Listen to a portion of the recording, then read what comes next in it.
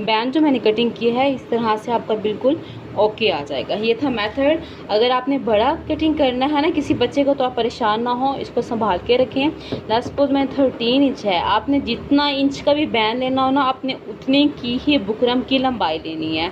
चौड़ाई जो आपने लेनी है वो अपने 3 इंच की लेनी है, काफ़ी हो जाएगी, ठीक है ना। आपने इसलिए हमने उतनी ही लेनी है क्योंकि हम इसे गोल शेप दे देते हैं तो उस गोल शेप में हमारा उतना कवर हो जाता है। अगर आपको 15 इंच का बैंड चाहिए तो आप कहेंगे मैं 15 इंच का जगह हम क्या करें, तो कुछ भी नहीं करना, आप इसको मेजर कर लेंगे 15 लेस सपोज आपका यहाँ पे आ रहा है, अपना यहाँ से बढ़ा देंगे। आप बढ़ाने के बाद उसको अपने से शेप दे देने तो आपका ये बिल्कुल ओके हो गया आ जाएगा। अगर आपको बैंड की कटिंग की वीडियो अच्छी लगी हो तो मुझे कमेंट्स करके ज़रूर बताइएगा। मज़ीद और क्या सीखना चाहते हैं ज़रूर बताइएगा। ओके जी, अल्लाह हाफिज़।